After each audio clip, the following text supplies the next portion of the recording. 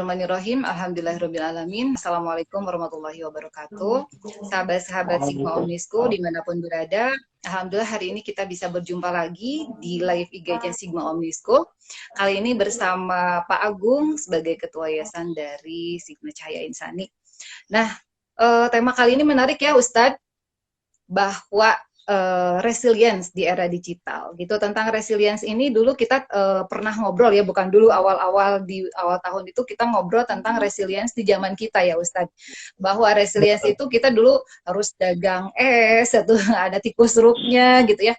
Mungkin kita sekarang ada hal-hal resilience ini di bab apa gitu ya, dengan digital yang semakin maju, yang semakin canggih gitu, ke anak-anak kita gitu saat ini begitu banyak tantangannya, tentu saja berbeda bentuknya gitu ya dengan tantangan di zaman kita.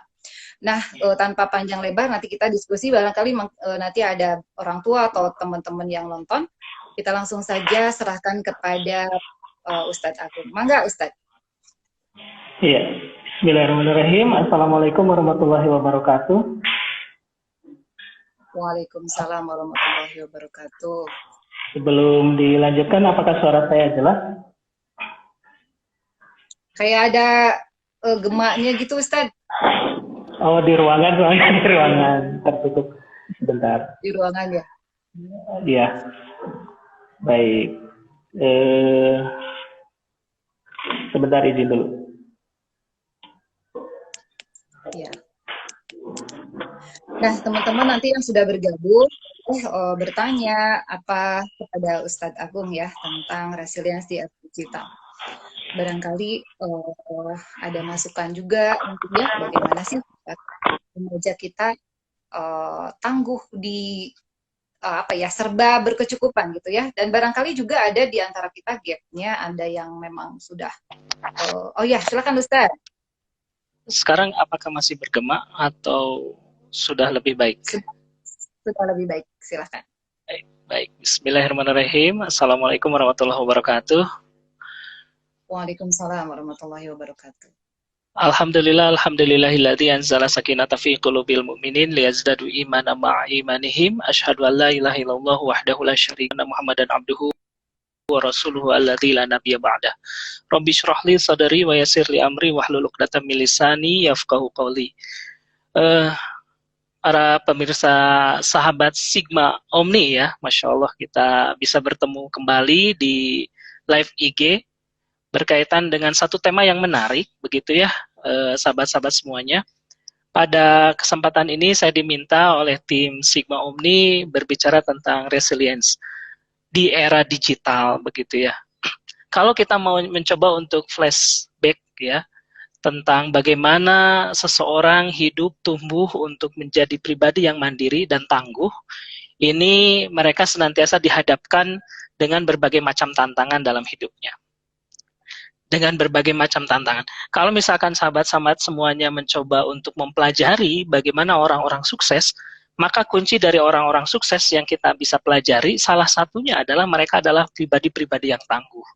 Tidak mudah menyerah, bahkan ketangguhannya menghantarkan dirinya pada inovasi-inovasi dan semangat juang yang sangat tinggi begitu.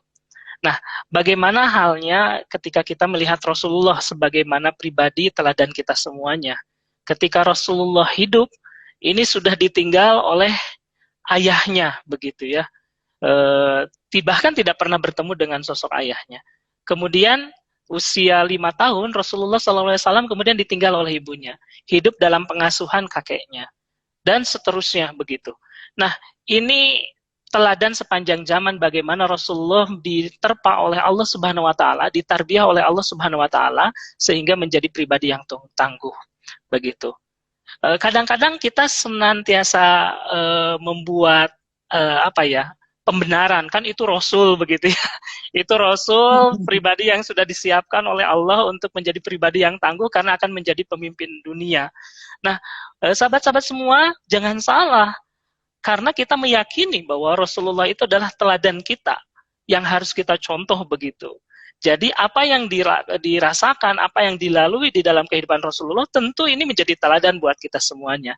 Nah, kita juga mencoba untuk menjadi pribadi tangguh dengan zaman yang saat ini kita hadapi.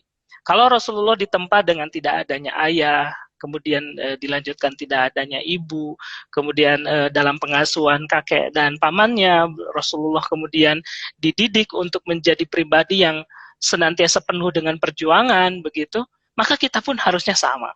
Di era digital, kalau kita berbicara tentang era digital, kalau berkaca pada era saat ini, era kemudahan ya, Teh Usia, betul ya? Ya, betul.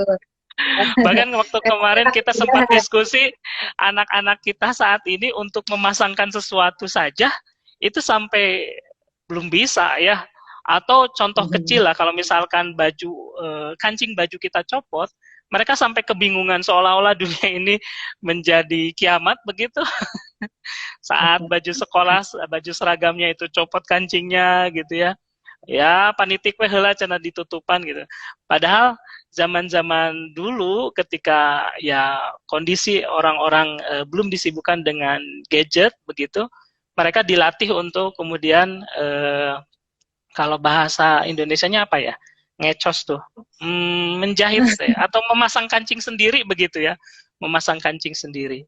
Nah, bagaimana kita belajar menjadi orang yang begitu tangguh di era saat ini begitu ya, di era di mana zaman kita serba dimudahkan. Kita kalau misalnya mau makan dan kita belum bisa masak, ya gampang, tinggal GoFood, menyebut merek ya, tinggal menggunakan aplikasi digital gitu ya, pesan, dan kemudian kita tinggal duduk manis, diantar dan tinggal makan. Nah kan gitu, era digital serba memudahkan. Di satu sisi itu adalah kelebihan di era digital, memudahkan. Namun di sisi lain kita tidak boleh bersandar pada kemudahan-kemudahan itu. Meskipun sudah serba mudah, kita pun harus dilatih untuk kemudian tangguh. Begitu ya. Dengan berbagai macam, khususnya pada aspek-aspek yang itu menjadi kehidupan dasar kita. Contoh misalkan makan, gitu ya. Itu kehidupan dasar kita. Ya, belajarlah untuk kemudian memasak nasi minimal, ataupun yang lainnya. Setidak-tidaknya kita tidak bergantung penuh pada gadget kita atau hal-hal yang dimudahkan tadi seperti itu. Sebagai pengantar barangkali itu yang pertama untuk bisa menjadi pribadi tangguh, maka yang pertama adalah bagi orang tua nih, ini kalau bagi orang tua, didik anak-anak kita menjadi pribadi-pribadi yang siap menghadapi tantangan-tantangan di zamannya. Hal-hal yang fundamental, hal-hal yang mendasar itu harus benar-benar dibekal. Di Sigma Omni ini ada kurikulumnya ya Teh Usi ya, life skill ya. Life skill ada kurikulumnya bagaimana anak-anak didik ini bisa tangguh dalam menghadapi zamannya, khususnya pada kebutuhan-kebutuhan dasar. Yang kedua, meskipun kita menghadapi era serba mudah, setidaknya orang tua, kita sebagai orang tua memberikan tantangan-tantangan buat anak-anak. Contoh misalnya, ini seringkali kita salah artikan. Ketika anak ingin gadget atau ingin sesuatu lah di era digital ini, ingin sesuatu. Nah, kita kadang-kadang orang tua itu suka merasa kasihan gitu, iba dengan anak kita, masa sih anak-anak yang lain pegang gadget, anak saya enggak gitu ya, tanpa tendeng aling-aling kemudian dikasih gadget yang paling mahal. Padahal, nah ini bagi orang tua, ketika kita ingin memberikan sesuatu, terutama sesuatu yang berharga buat anak itu, berikan tantangan kepada anak. Misal gitu, kalau kamu rajin, misalnya beribadah, sholat tepat waktu selama berapa hari, maka ayah bunda akan memberikan hadiah yang terbaik untuk kamu. Hadiah ini yang akan mengingatkan kamu untuk senantiasa beribadah, misalnya. Gadgetnya itu gadget yang disetting untuk kemudian mengingatkan selalu beribadah, seperti itu. Jadi memberikan sesuatu dengan memberikan tantangan, sehingga anak terlatih untuk kemudian apa yang didapatnya itu berdasarkan upayanya begitu. Apa yang didapatnya berdasarkan upayanya begitu. Yang ketiga, untuk melatih anak menjadi tangguh itu adalah ketika dia menghadapi masalah gitu ya. Ketika anak menghadapi masalah, Maka ajarkan anak untuk kemudian mengintrospeksi dan mencari alternatif solusi. Misal gitu ya, aduh, aku kenapa ya dijauhin oleh teman-teman aku, misalnya begitu ya. Sok ada yang curhat kayak gitu ya, anak-anak SMP, anak-anak SD gitu ya. Kadang-kadang orang tua nggak sabaran suka bilang gini, udah kalau kamu dijauhin, udah masih banyak teman yang lain nggak? Itu kan sebetulnya jalan pintas begitu ya. Seyogianya kalau misalkan kita sebagai orang tua atau teman-teman sebagai orang dewasa mengajarkan kepada anak atau adik kita begitu ya, maka untuk mengintrospeksi, ada permasalahan apa, kira-kira apa yang kamu harapkan, kira-kira solusi yang terbaiknya apa. Nah, sehingga anak terlatih untuk kemudian memecahkan permasalahan yang dihadapinya. Gitu. Nah, itu Teusi mungkin sebagai pengantar karena waktu kita cukup terbatas. Mudah-mudahan juga di teman-teman bisa saling berdiskusi ya. Begitu. Mangga Teh. Siap, Pak Agung.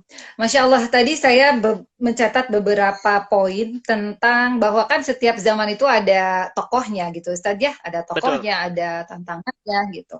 Nah, tentang inovasi, jadi sebenarnya tantangan ini sangat bisa jadi peluang gitu ya, Pak Agung. Betul. Ketika seseorang itu menangkap nih apa yang terjadi di sekitar kita gitu. Maka tadi Pak Agung mengatakan adanya inovasi gitu ya. Nah, kalau Pak Agung sendiri apa sih yang seharusnya dilakukan oleh anak-anak remaja saat ini? Tantangan-tantangan yang bisa inovasi. Kalau dulu kan kita misalnya pakai sendal jepit ya. Pakai sendal jepit, kemudian bagaimana kalau nggak jepret gitu ya, atau copot gitu kan, putus. Itu tidak langsung dibuang, putus tidak langsung dibuang, dikasih penitik atau enggak dilas pakai, bukan dilas apa ya, dikasih karet gitu ya. Nah, ini bagaimana Ustadz Agung sendiri dalam memandang inovasi? Aduh, punten ini ada Ustadz, ada apa gitu, tidak konsisten. Siap, baik. Gak apa-apa Teh. Masya Allah ya, sahabat-sahabat Sigma Omni berkaitan dengan tantangan, kemudian kita menghantarkan pada inovasi, khususnya di era saat ini gitu ya. Kalau dulu betul ya Teusi ya, kalau saya juga pernah merasakan saat sandal putus gitu, saya pakai paku Pak yang kecil ditojos gitu, pakunya dipanasin dulu, kemudian ditojos sampai kemudian si paku itu menahan sandal saya sehingga masih bisa digunakan. Meskipun memang resikonya kalau sandalnya tipis itu bisa, kalau bahasa Sunda kacugak ya, non bahasa Indonesia kacugak ya, tertusuk gitu ya, tertusuk. Nah, kalau di era saat ini bagaimana? Nah, Bapak Ibu, sahabat-sahabat Sigma Omni ya, ini di sini ada yang sebagai orang tua atau sahabat-sahabat yang sudah relatif dewasa ketika menghadapi tantangan di era digital ini, apa yang bisa kita lakukan? Nah, contoh misalnya ini yang ini sering dilakukan gitu ya. Kita di era digital ini dimanjakan dengan yang namanya game-game digital ya. Betul ya? Nah, game-game digital. Nah, mungkin sebagian anak-anak ada yang terinspirasi dari game-game digital ini, kemudian terdorong untuk melakukan atau membuat game serupa. Nah, ini inovasi yang bisa dilakukan. Karena inovasi dan kreativitas ini istilahnya kadang-kadang beriringan. Ada tipsnya untuk bisa memiliki kreativitas dan inovasi. Itu kalau bahasa Indonesia disebutnya ATM. Amati, tiru, modifikasi. Amati, tiru, modifikasi. Misalnya ada games digital yang bisa kita amati, kemudian kita tiru, kemudian akhirnya kita membuat sesuatu yang baru. Itu contoh.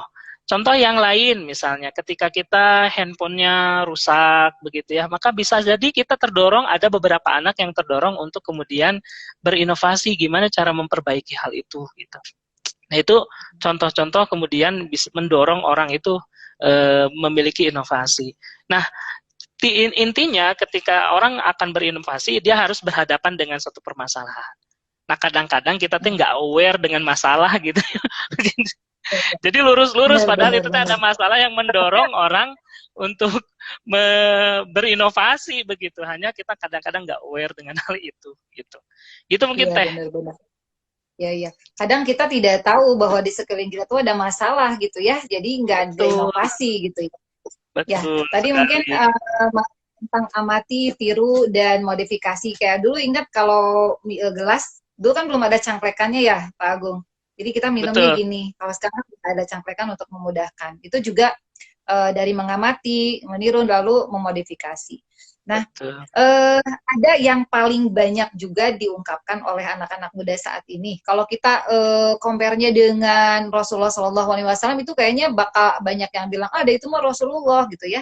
Oleh Allah juga Betul. dibersihkan hatinya, terus juga didampingi wahyu gitu. Jadi nggak akan salah dan pastinya bijaksana dan seterusnya. Nah, ini berarti kaitannya dengan yang sering disebutkan tentang privilege, Pak Agung, bahwa Ya. tantangan itu misalnya kuat itu bagi orang-orang yang punya gitu ya, tapi bagi orang-orang yang nggak punya, kita nggak punya akses misalkan. Nah, ini kalau Pak Agung sendiri gimana nih? Kan punya pengalaman juga ya waktu kecil, bagaimana nih bisa jadi mikir, oh aku harus sekolah, aku harus belajarnya harus baik, belajarnya harus jadi sukses. Nah, ini gimana Pak Agung? Oke, baik, saya cerita sedikit tentang pengalaman hidup saya ya, teman-teman semua, sahabat-sahabat semuanya. Sahabat Sigma Omni, dulu saya dilahirkan di keluarga pendidik sebetulnya. Ayah saya guru sampai kemudian jadi kepala sekolah. Namun dari dulu, zaman dulu kan yang namanya guru nggak sehebat sekarang ya. Kalau dulu atau sehebat itu nggak terlalu diperhatikan seperti sekarang lah oleh pemerintah begitu ya. Gaji guru dulu itu kan sangat minim lah. Mungkin di beberapa daerah terpencil masih seperti itu. Qadarullah kan dengan kebijakan sekarang tentang 20% anggaran pendidikan begitu ya, relatif lebih baik. Saya masih merasakan di zaman-zaman sebelumnya waktu ya serba kekurangan lah. Kalau misalnya berbicara tentang makan aja ya, Teh Usi, ini mas saya jadi agak cerita tentang pribadi nggak apa-apa ya. Ini supaya bisa mendapatkan ibrohnya. Untuk makan nasi saja, temen nasi itu hanya kerupuk. Bisa kebayang nggak sama Teh Usi? Kerupuknya itu kerupuk plastik yang panjang-panjang gitu. Ini berbagi untuk 8 bersaudara, karena saya itu anak ke-8 dari 9. Untuk makan saja, itu kerupuk satu bungkus itu oleh ber-8 bersaudara. Luar biasa begitu. Sampai kemudian saya secara pribadi terdorong untuk kemudian bagaimana caranya bisa membantu orang tua begitu ya. Setidaknya jangan membebani orang tua gitu. Sebetulnya ibu saya juga jualan. Akhirnya saya waktu kecil itu jualan es, Teh Usi. Keliling-keliling kampung. Kadang-kadang standby di sekolah gitu ya. Pas sekolah itu bubar, saya berstandby gitu jualan es gitu. Dari penghasilan itu, dari jualan es itu saya dapat uang untuk jajan. Kemudian pernah jualan gorengan, keliling-keliling kampung juga sama, masih ingat waktu itu keliling kampung. Kemudian yang paling teringat di masa saya kecil itu jualan pempek keliling kampung. Hujan masuk ke solokan, semua jajanan yang saya bawa dan uang-uangnya. Waktu itu hujan kondisinya, jadi si solokan itu di kampung itu nggak kelihatan gitu ya. Dengan jalan jadi hampir relatif setara lah gitu karena airnya cukup banyak gitu besar. Nah saya jatuh terperosok ke solokan itu, kemudian jajanan yang saya bawa itu hanyut beserta uang-uangnya. Itu yang paling berkesan. Tapi qadarullah ya waktu itu saya jualan pempeknya bukan bikinan orang tua, tapi saya ngambil dari tetangga. Jadi tetangga dia bikin pempek, saya ambil terus saya jualin gitu. Itu alhamdulillah ya qadarullahnya tetangganya itu ngerti gitu kondisinya. Jadi uangnya hilang, jajanannya habis gitu ya. Alhamdulillah ngerti. Nah, itu pengalaman-pengalaman kemudian kalau kita berbicara tentang itu kan Rasulullah, kita seringkali privilege ya tadi disebutkan, itu kan Rasul sudah dijamin. Toh kalau kita mau melihat yang lebih dekat dengan kita, banyak kok orang-orang yang begitu tangguh dalam menghadapi menjalani hidupnya, namun kemudian sukses karena ya selain dia ditolong oleh Allah begitu ya, kita itu keyakinan kita, namun ada sikap-sikap di dalam dirinya yang menyebabkan dia sukses begitu ya. Kita ingat manjada wajada, barang siapa yang sungguh-sungguh maka dialah yang akan mendapatkan sesuatu. Dan kita ingat dalam Quran surat Al-Insyirah gitu ya, fa inna ma'al usri yusra, inna ma'al usri yusra. Maka bersama kesulitan itu pasti ada kemudahan. Bersama kesulitan itu pasti ada kemudahan.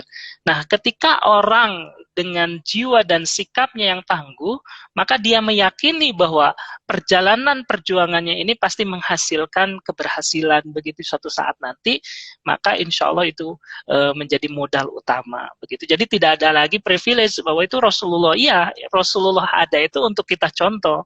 Rasulullah mendapatkan kesulitan, kemudian dia berjuang, dia tetap tangguh, teguh.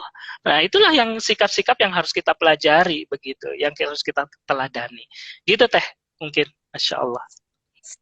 Masya Allah ya. Jadi tadi bahwa setiap orang itu ada ya ketangguhan yang harus dia lewati gitu ya. Entah itu ketangguhan di era kemudahan, entah itu di era kesulitan gitu ya Ustadz.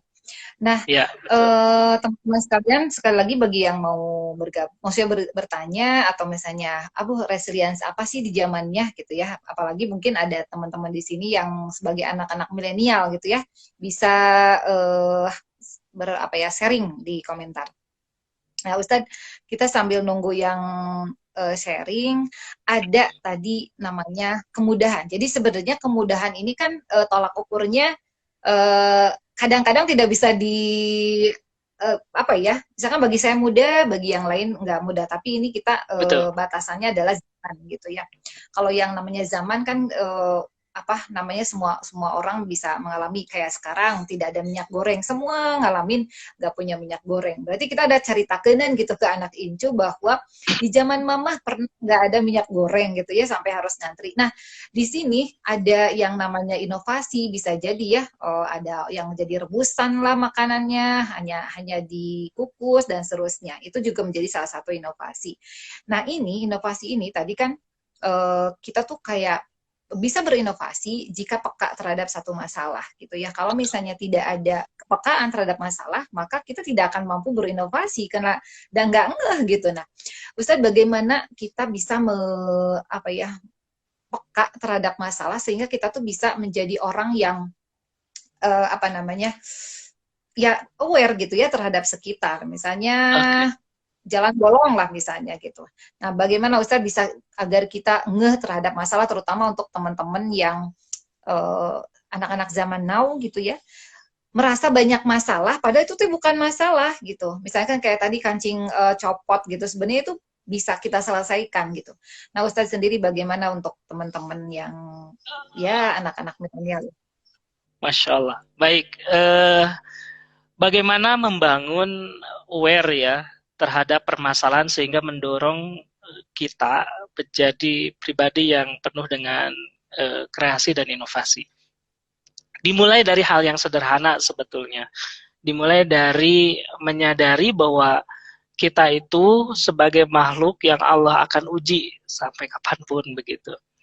Jadi dari mulai kesadaran itu bahwa hidup itu adalah perjuangan yang senantiasa ada tantangan-tantangan.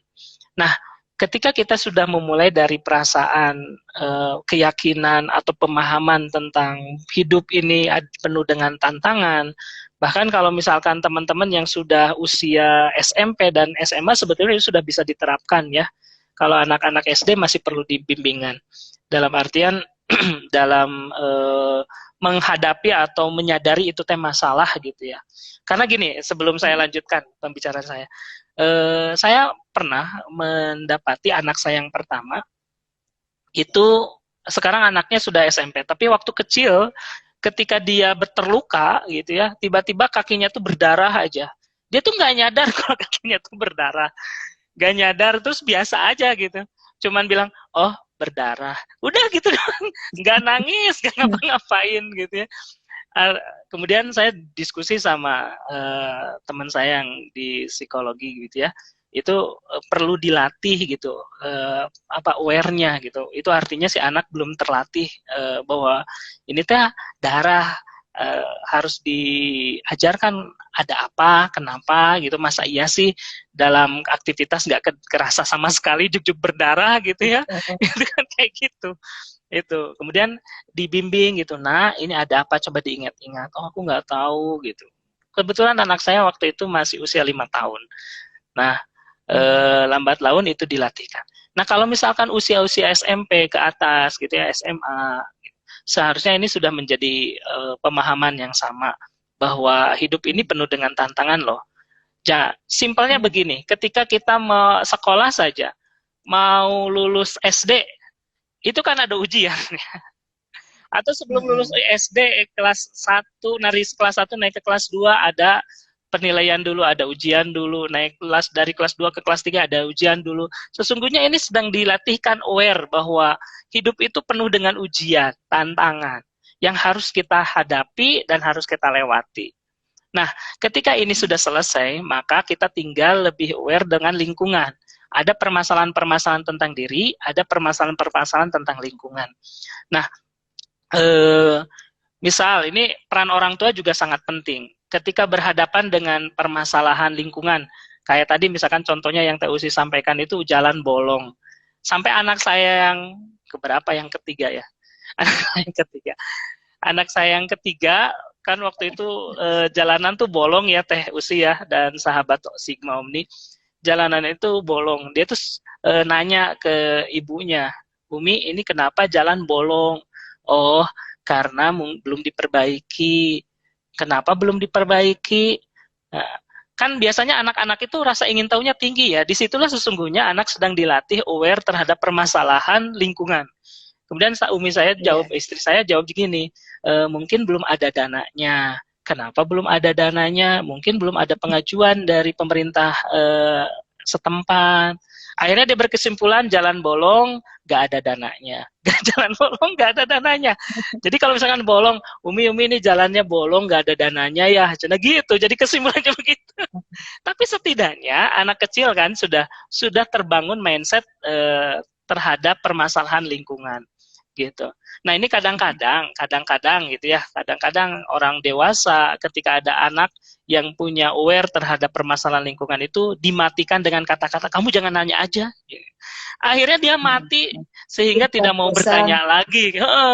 Gitu. Jadi nggak mau nanya lagi. Padahal bisa jadi menurut kita mah sepele, tapi menurut dia mah itu penting rasa ingin tahu karena dia aware dengan lingkungannya atau aware dengan dirinya gitu ya. Jadi dia peduli dengan lingkungannya, peduli dengan dirinya begitu. Jadi ketika kita berbicara tentang bagaimana membangun itu semua, dimulai dari pemahaman bahwa hidup ini penuh tantangan. Selanjutnya yang keduanya itu mulai untuk memberikan, kalau sudah SMP dan SMA mungkin sudah bisa dibelajarkan. Yuk kira-kira apa permasalahannya? Kemudian menurut kamu solusi yang bisa diambilnya seperti apa gitu. Nah disinilah anak dilatih untuk berpikir untuk mencari solusi atas permasalahan-permasalahannya. Jika itu dilakukan rutin, terus-menerus atau terstruktur, terprogram, apalagi tercantum di dalam kurikulum begitu, maka saya yakin-yakinnya pelajar-pelajar generasi millennials ini adalah generasi yang penuh dengan solusi, inovasi, dan kreasi. Gitu. Teh. Masya Allah. Mantap ya kalau diajarkan terus-menerus ya Ustadz. Jadi jangan ada kata putus asa gitu ya. Bagi kita para pendidik, bagi orang tua, misalnya kayak sekarang, aduh kamu Teh kenapa belum bisa ini dan itu. Dan mungkin ini tentang ketangguhan juga nanti kalau misalnya terus-menerus diajarkan, kita jadi tidak usah lihat finishnya orang gitu Pak Abu. Karena start kita pasti berbeda. Jadi kita tidak bisa membandingkan yang sekarang kan kita udah, aduh si ini udah sukses, si itu udah sukses, kita masih di sini. Jadi kita juga harus tangguh dengan kondisi diri kita sendiri. Misalnya kita orang tuanya misalnya tidak berpendidikan tinggi, perekonomian juga mungkin bawah standar gitu ya.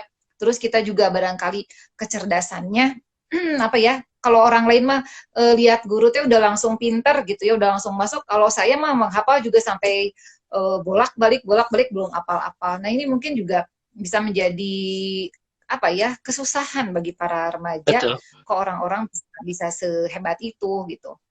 Nah tadi yang Ustadz Agung sampaikan bahwa aware terhadap masalah itu ada, bahwa kita harus paham hidup ini adalah ujian ya. Dan yang keduanya anak diajarkan di breakdown gitu, masalah yang muncul itu apa sih sebenarnya masalahnya yang poinnya gitu ya Ustadz, dan Betul. bagaimana cara menyelesaikannya. Nah, tadi ada lagi tentang ini Ustadz, hal mendasar ya. Jadi hal mendasar itu harus diajarkan kepada anak-anak. Nah, kadang orang tua juga barangkali ini ada latar belakang dengan keluarga sebelumnya gitu Ustadz Agung, bahwa Betul. misalkan saya menurut saya hal mendasar itu ya udah terserah temukan sendiri. Ada juga keluarga yang enggak, pokoknya hal mendasar bagi saya anak-anak harus bisa masak, harus bisa nyuci, nyapu dan seterusnya. Nah, masalah ini bagaimana menurut Ustadz Agung? Hal mendasar apa sih yang bisa seragam harus dimiliki oleh anak-anak gitu Ustadz? Oke. Ya, menurut pendapat saya terkait dengan hal-hal yang mendasar yang itu harus dikuasai oleh anak. Ini tergantung gender ya, tergantung gender. Ini bukan berarti memisahkan gender laki-laki perempuan, bukan. Tapi ada hal mendasar yang ini perlu dikuasai oleh laki-laki. Ini adalah hal mendasar yang perlu dikuasai oleh perempuan. Contoh misalnya, seorang laki-laki itu cenderung dikatakan atau dipersepsikan orang yang kuat secara fisik ya. Meskipun setelah saya berkeluarga, akhirnya menyatakan bahwa ternyata yang paling kuat itu adalah perempuan dibandingkan laki-laki. Ternyata setelah berkeluarga. Namun ini perlu dipahami. Kayak misalnya untuk laki-laki, hal-hal yang secara fisik ini harus bisa. Bahkan harus menonjol dibandingkan perempuan. Contoh misalnya untuk pertukangan ya, misalnya pertukangan. Kalau kayak masang-masang paku, masa iya sih gitu sama perempuan gitu ya. Ya meskipun ada perempuan yang tangguh gitu ya, kuat memegang palu gitu ya. Gitu. Itu kan hal-hal yang fisik. Ya, ini harus dikuasai oleh laki-laki. Hal-hal yang fisik sebenarnya banyak banget ya, tidak mesti memaku dan yang lainnya, masih banyak lagi sih. Ada hal yang lain. Hanya berupa fisik lah ya, seperti itu, aktivitas fisik. Di rumah itu yang bersifat fisik apa aja contohnya Teusi coba? Masang lampu. Masang lampu, Itu contoh masang lampu. Bisa sih perempuan bisa, laki-laki itu cuman cenderung bisa lah untuk laki-laki. Atau yang ini artinya teman-teman menyadari di lingkungan terdekatnya ya, di keluarganya gitu. Hal-hal yang memang fisik, kayak misalkan ngangkat meja, ngangkat kursi, itu kan hal-hal fisik begitu ya yang bisa dilakukan oleh laki-laki, meskipun bisa juga sih sama perempuan gitu ya, bisa juga sama perempuan. Atau contoh yang lain, kalau misalkan teman-teman sahabat Sigma Omni yang punya sepeda gitu ya, yang punya sepeda, ini dianjurkan seorang laki-laki itu dia bisa dengan pengelolaan sepedanya, dianjurkan ya. Kalau kita punya kendaraan, maka dianjurkan kita sudah tahu kendaraan yang kita gunakan itu kalau misalkan ada masalah, gimana cara menyelesaikannya. Karena gini, ini ada pengalaman menarik juga tentang sepeda dari saya. Dari saya. Dulu itu saya punya kebiasaan ngulik ya, ngulik. Sepeda saya itu kalau bocor saya yang nambal sendiri. Dari mana saya tahu cara nambal? Dari saya mengamati tukang tambal ban. Dari saya mengamati tukang tambal ban. Jadi di depan, di jalan besar itu, depan rumah saya, itu ada tukang tambal ban. Itu waktu saya usia SMP ya. Itu saya amati cara nambal ban, oh begini caranya, jadi cara buka dulu gitu ya, pakai dua alat besi gitu, sampai akhirnya saya bisa menambal sendiri. Kemudian dari sudah saya bisa menambal sendiri, sebelum saya bisa nambal sendiri itu saya bisa memperbaiki rem sepeda saya sendiri. Jadi kalau misalkan rem sepeda saya nggak mencengkram, itu saya lihat cara tukang bengkel gitu, cara memperbaikinya. Akhirnya saya pelajari dan saya alhamdulillah bisa sendiri. Kemudian cara nambal ban saya bisa sendiri. Sampai kemudian memodifikasi sepeda saya bisa sendiri waktu itu. Mungkin kalau zaman saya dulu, ya punten ya, waktu SMP saya bergabung dengan geng-geng gitu ya. Itu geng saya apa? sampai mau geng pang ngawasan. Geng pang ngawasan.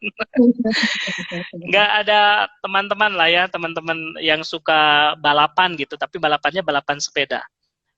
Sepeda saya itu yang tadinya tinggi saya tambah gitu ya, menggunakan rangka siku besi siku gitu, sampai kemudian agak memanjang, kemudian apa sih itu rantainya ditambah panjang. Jadi saya bongkar rantainya, saya tambah panjang. Itu waktu saya SMP. Jadi sepeda saya itu pendek, jadi memendek. Kalau bahasa dulu disebutnya kontet. Jadi pendek dan memanjang. Jadi kayak motor Harley, Harley Davidson. Sepeda saya mirip seperti itu. Jadi ngegoesnya tuh kena, kalau misalkan ada polisi tidur ngejegluk gitu. Jadi harus diangkat dulu gitu. Itu saya modifikasi sendiri. Nah, hal-hal semacam itu secara fisik itu harus dikuasai loh sama anak-anak kecil, anak-anak laki-laki. Nah, kalau untuk perempuan, keterampilan dasar apa yang atau hal-hal mendasar apa yang perlu dikuasai? Contoh yang sederhana, biasanya perempuan itu lebih telaten dalam hal memasak, lebih apa ya? Penciuman, indera penciumannya, indera perasanya lebih sensitif dengan rasa masakan. Maka ajarkan itu, karena umumnya, ini sekali lagi keumumannya ya, tidak mesti begini. Umumnya ketika dia sudah berkeluarga, dia harus mampu untuk melakukan itu. Meskipun tidak menutup kemungkinan seorang ayah juga memasak. Namun umumnya, kita berbicara tentang keumumannya, seorang perempuan lah yang kemudian bertanggung jawab untuk hal itu. Jadi hal-hal semacam inilah yang kemudian perlu dikuasai. Gitu. Hal-hal mendasar yang itu, hal mendasar itu artinya yang benar-benar dekat dengan kehidupan kita, dan itu kita tidak perlu meminta pertolongan orang lain gitu. Macul-macul wae mamanya wae gitu, bisa lelaki gitu ya. Seperti itu. Baik, itu contoh aja sih Teh Usi, punten. Enggak. Masya Allah.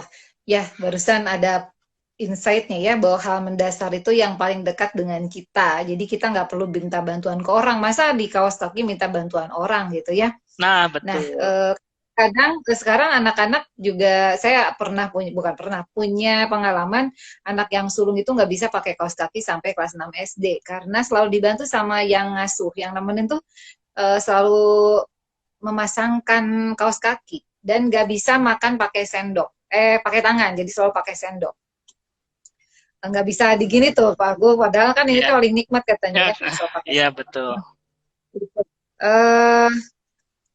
Ini menarik banget, tapi banyak yang harus saya tanyakan. Ini harus dipreteli satu-satu ya, Ustadz Agung. Ini yang tentang tidak harus minta pertolongan ke orang.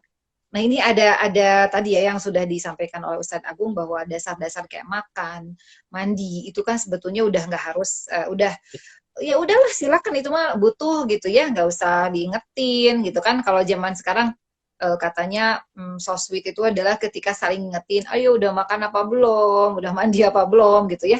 Ini mungkin tidak termasuk kepada yang harus diingetin ya, masuk kepada kebutuhan dasar yang harus dikuasai oleh anak. Nah, selanjutnya ini yang jadi poin merasa kasihan. Nah, Ustadz, orang tua masuk saya ya, dulu misalnya, aduh germah lah gitu ya, kita waktu muda mah susah gitu. Cing atuh anak mah jangan susah gitu ya. Nah, merasa yang seperti ini teh jadi kadang salah kaprah gitu ya. Pokoknya anak sekarang udah saatnya menikmati perjuangan kita gitu. Nah, ini bagaimana Ustadz Agung supaya kita tidak keceplosan ya, tidak kebablasan. Kasihan boleh di hal-hal tertentu gitu. Silakan Pak Ustadz Agung. Masya Allah. Baik Teh Usi, sahabat Sigma Omni, berkaitan dengan pernyataan yang tadi disampaikan oleh Teh Usi ya, ada ungkapan bahwa kermah orang hirup susah, atau sudah mah kita tuh dulu susah, masa iya sih anak-anak kita jadi susah juga. Nah, kadang-kadang memang inilah yang menjadi petaka di dalam pendidikan. Kadang-kadang kita bersembunyi di balik kata-kata itu, seolah-olah benar padahal kurang pas. Kenapa saya katakan kurang pas? Karena begini teman-teman, kita dulu dididik begitu susah, gitu ya, sampai kemudian kita menemukan jalan-jalan terjal itu kita taklukkan sendiri.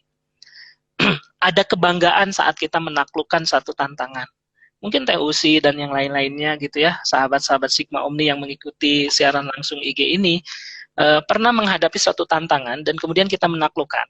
Dan kita merasakan kebanggaan tersendiri ketika kita sudah menaklukkannya, apalagi menaklukkannya sendiri. Kalau di dalam bahasa hipnos gitu ya, ini tuh menjadi anchor, biasanya jadi anchor.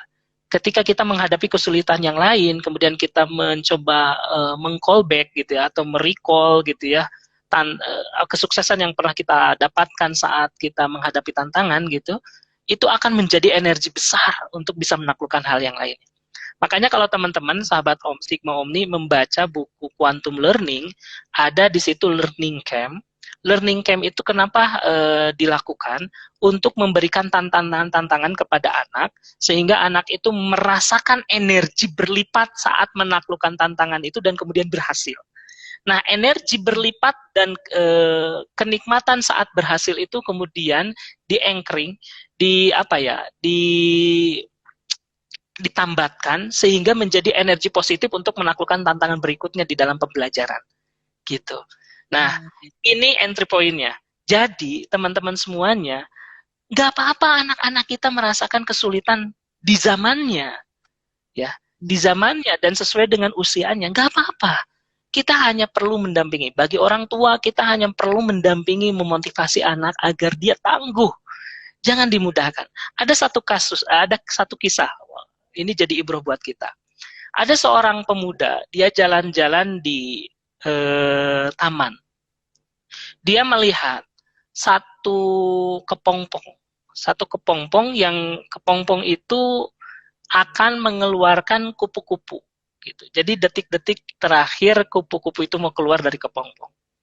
Kemudian si pemuda ini merasa iba, melihat kupu-kupu yang mau keluar dari kepompong itu merasa kesulitan karena lubangnya itu kecil banget sedangkan kupu-kupunya besar gitu. Akhirnya dia merasa kasihan dan lubangnya itu diperbesar. Lubangnya diperbesar, akhirnya pluk si kupu-kupu yang keluar dari kepompong itu dengan begitu mudah, gepluk gitu.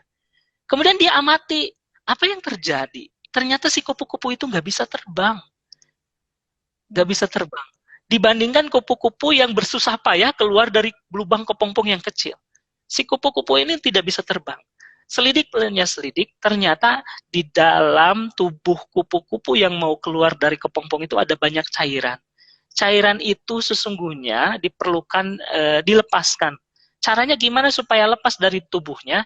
Itu dari lubang yang kecil. Kalau ke lubangnya kecil itu jadi seolah-olah diperut, ya bahasa Sunda apa ya?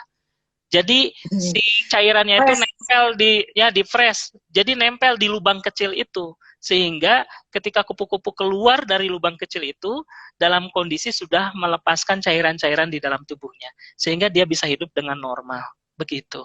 Nah, rasa iba, rasa kasihan terhadap anak, ini ibrohnya ya, rasa kasihan terhadap anak yang menghadapi kesulitan di zamannya dan di usianya, ini sesungguhnya akan menjadi bumerang buat kita. Itu anak jadi tidak mandiri, anak jadi tidak percaya diri, anak jadi bergantung pada orang lain, selalu butuh pertolongan. Kita harus berbicaranya tentang masa depan nanti, bahwa anak itu akan menghadapi tantangan di zamannya yang akan datang.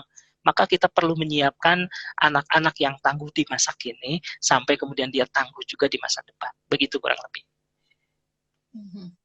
Masya Allah, semakin panas ya, waktu kita tinggal 12 menit, gak kerasa.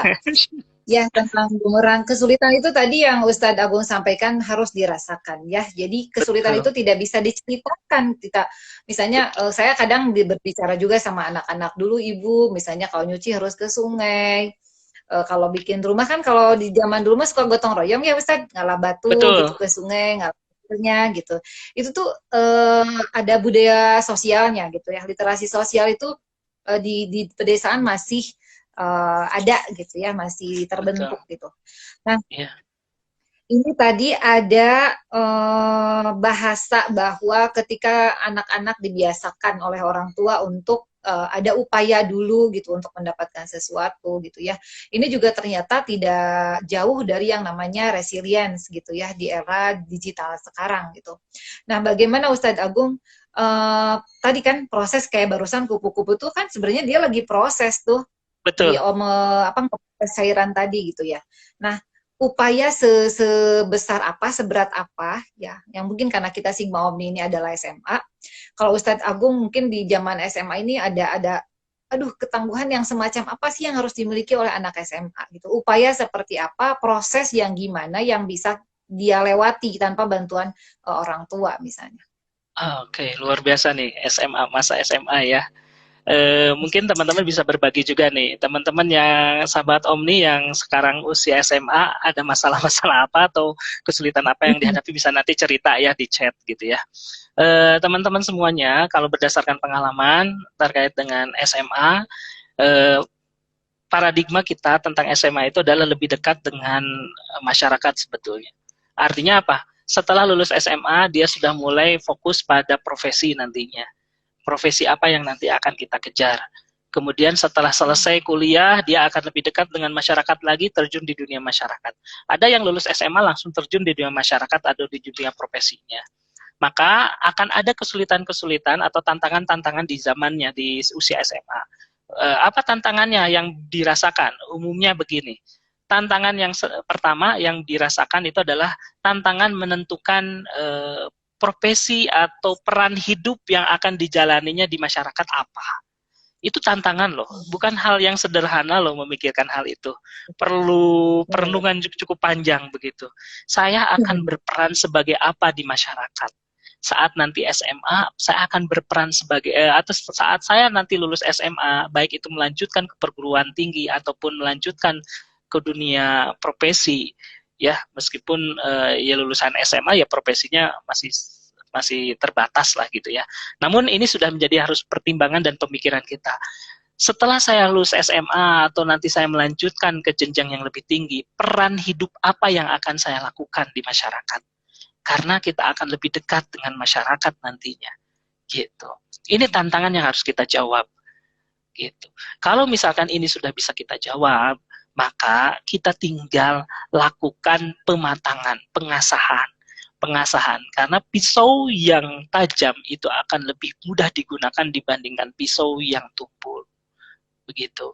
Ketika kita sudah memasuki usia SMA, maka kita sudah harus mulai menajamkan peran-peran hidup kita nantinya. Meskipun ada banyak alternatif. Contoh, saya berkaca pada diri. Dulu itu, waktu saya SMA, saya itu secara psikotes gitu ya, dari guru BP seringkali menyatakan, Pak Agung, kamu itu cocok nanti jadi guru matematika atau orang yang bergelut di dunia matematika, hitung-hitungan lah gitu, statistik dan seterusnya, itu kamu cocok banget gitu. Dan berdasarkan hasil psikotesnya ke arah sana.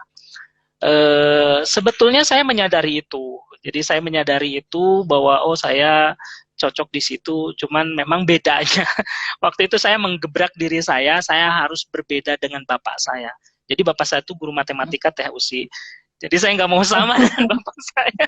Jadi pilihannya kenapa saya masuk jurusan... udah wajah matematika. Kenapa saya nggak masuk jurusan matematika? Karena ini lebih ke arah egosentris ya saya. Saya nggak mau sama dengan bapak saya, akhirnya saya milih jurusan. Ini dalam pemilihan jurusan ya waktu itu. Saya masih bisa masuk ke biologi, kimia, atau ke matematika. Akhirnya saya berpikir antara biologi dan kimia. Kemudian saya kerucutkan lagi. Ini mah karena dulu saya sudah mulai dibina ya, artinya sudah lebih dekat dengan kalangan-kalangan yang aktif di masjid gitu. Kemudian saya memilih mata kuliah yang lebih dekat dengan Allah gitu. Dulu idealisme saya begitu. Ada mata kuliah apa sih yang bisa mendekatkan diri saya semakin bersyukur atas nikmat yang Allah berikan? Maka pilihannya dua, biologi atau kimia. Tapi saya punya cita-cita ingin membuat sesuatu. Akhirnya saya pilih kimia. Nah, jadi saat itu, tapi tetap di dunia pendidikan. Mau matematika, biologi, atau kimia, saya di dunia pendidikan. Karena itulah passion saya, gitu. Jadi saat SMA itu saya sudah mulai ngajar di kelas 1 SMA. Ngajar. Jadi ngajar, meskipun masih di TPA gitu ya, atau TPQ gitu, ngajar. Tapi itu membuat saya merasa nyaman hidup di dunia anak-anak gitu ya, belajar, berbagi, sharing. Sampai kemudian saya jatuhkan pilihan untuk terjun di dunia pendidikan. Maka masuk ke jurusan pendidikan kimia. Jadi itu tantangan buat anak-anak SMA, sahabat-sahabat Sigma Uni yang saat ini usia SMP mau ke SMA, atau yang sudah SMA, atau orang tua yang memperhatikan atau menyimak live IG ini. Ketika anak-anak sudah usia SMA, maka mereka akan dihadapkan dengan pertanyaan, tantangan, apa peran yang akan mereka berikan di masyarakat nantinya saat saat setelah lulus SMA, baik sudah melanjutkan ke jenjang yang lebih tinggi. Itu harus dijawab, itu harus diasah, dan itu harus bisa kita taklukkan tantangan itu. Gitu mungkin Teh Usi. Ya, dan harus mau berproses ya Ustadz, bahwa Betul. setiap kan kita juga setiap tahap atau setiap fase itu, misalnya SD kayak tadi Ustadz menyinggung tentang aduh kenapa aku dijauhi teman, mungkin kalau SD masih nangis ke mamahnya gitu ya. Betul. Kalau SMP itu terus diajak kenapa dijauhi teman, jadi lebih kepada introspeksi diri gitu ya, apalagi SMA. Betul. Dan ini gunanya tadi tetap relate-nya dengan resilience ya, bahwa tangguh itu bukan sekedar tangguh fisiknya, tapi juga tangguh hatinya. Dan salah satu tadi yang Ustaz singgung adalah tangguh hati itu ketika kita mampu berintrospeksi diri. Sekali lagi bahwa kesulitan, kebahagiaan, semua itu tidak bisa diceritakan, tapi harus dirasakan. Betul. Ustadz, kita hanya punya waktu 7 menit lagi, jadi mungkin Masya kita Allah. akan closing statement. Iya ya, nggak kerasa ya. Kerasa. Closing statement dari resilience ini, sebenarnya banyak banget yang bisa kita bahas ya, tapi karena waktu, apa sih insight atau apa ya, statement atau pesan, bukan pesan, ya saran dan seterusnya, bekal lah buat anak-anak, bagaimana sih menghadapi atau bisa kita kuat, karena tadi kuat ke dalam keberlimpahan itu kayaknya lebih sulit dibanding dengan kuat pada saat kita kekurangan gitu. Dulu ingat gak waktu ada film MacGyver gitu ya, kalau bahasa Sunda MacGyver gitu kan. Jadi apa teh ada selalu ada gitu akalnya teh Ustadz. Nah mungkin anak-anak sekarang kita harus coba deh ditonton filmnya, bahwa serumit apapun gitu kesulitannya pasti ada akalnya untuk menyelesaikan permasalahan. Nah, itu sampai nempel. Kalau zaman dulu film-filmnya tuh kayak ada apa ya, nempel buat kita pembelajaran gitu ya. Nah itu mangga Ustadz closing statement. Oke. Terima kasih Teh Usi. Masya Allah, jadi boleh cerita dulu sedikit ya? Cerita dulu sedikit sebelum saya closing statement. MacGyver. Saya jadi teringat dengan proses kemarin, baru kemarin pintu kamar mandi saya itu rusak, copot. Jadi si engselnya itu udah rapuh. Gitu. Rapuh, kemudian saya sama kakak saya waktu itu, sebelum rapuh dibantu sama kakak saya lakukan dulu ini yang tadi disebutkan TUC, MacGyver ya. Jadi banyak akalnya, gimana caranya si pintu itu bisa tetap bertahan dan bisa menjaga istilahnya aurat ya ketika di toilet gitu ya. Kemudian saya atur-atur, kemudian siasati sehingga si pintu itu masih nempel, Masya Allah gitu ya, luar biasa lah. Makanya kaitan dengan belajar MacGyver tahun 95-an, tahun 95 jauh banget ya. Tahun 95-an film itu menginspirasi agar kita itu harus banyak akal. Apapun potensi-potensi yang ada lingkungan silahkan dimanfaatkan karena itu akan menjadi jawaban terhadap permasalahan yang kita hadapi. Nah, teman-teman semuanya, closing statement yang saya sampaikan khususnya sahabat Sigma Omni yang saat ini di usia SMP menjelang SMA maupun sudah SMA begitu ya, bahwa yakinilah bahwa hidup ini akan semakin indah manakala kita bisa menyelesaikan setiap tantangan yang kita hadapi. Ya, tantangan apapun, tantangan belajar, tantangan pertemanan, tantangan di lingkungan, dan seterusnya, itu akan sangat indah manakala kita bisa menyelesaikan tantangan-tantangan itu. Dan akan ada kepuasan tersendiri dan tambahan energi saat kita bisa menaklukkan tantangan-tantangan itu. Makanya, persiapkan diri menjadi pribadi yang tangguh. Gimana caranya? Terus belajar. Terus mengasah diri kita, terus untuk kemudian berdiskusi dengan orang tua kalian juga begitu ya, berdiskusi dengan orang tua, karena mungkin orang tua juga punya pandangan-pandangan lain terhadap pengalamannya masa lalu, sehingga kita semakin kaya akan inspirasi-inspirasi dalam menghadapi tantangan-tantangan tersebut. Kuatkan diri kalian karena tantangan di depan akan semakin dahsyat dibandingkan tantangan-tantangan sebelumnya, gitu ya. Terima kasih, mungkin itu Teh Usi yang bisa saya sampaikan. Sahabat Sigma Omni School, mohon maaf nih kalau misalnya ada kata-kata yang kurang berkenan. Assalamualaikum warahmatullahi wabarakatuh. Waalaikumsalam warahmatullahi wabarakatuh. Masya Allah, jazakallah Ustadz, betapa banyak insight kita di sore hari ini. Semoga resilience di era digital maupun ba'da digital gitu ya, kita bisa tetap tangguh karena Allah Subhanahu wa Ta'ala sudah mengisyaratkan, memberikan clue kepada kita bahwa setiap kesulitan itu pasti ada kemudahan. Gitu, dan kuncinya adalah belajar tadi kata Ustadz aku. Terima kasih untuk teman-teman yang sudah bergabung. Nantikan live IG selanjutnya pekan depan, insya Allah akan ada live IG tentang bahasa Inggris ya. Ustadz tadi banyak menyinggung bagaimana teman-teman SMA bisa harus resilience dan orang tua juga berperan seperti apa. Bahwa di zaman-zaman selanjutnya juga akan ketemu dengan berbagai macam tantangan.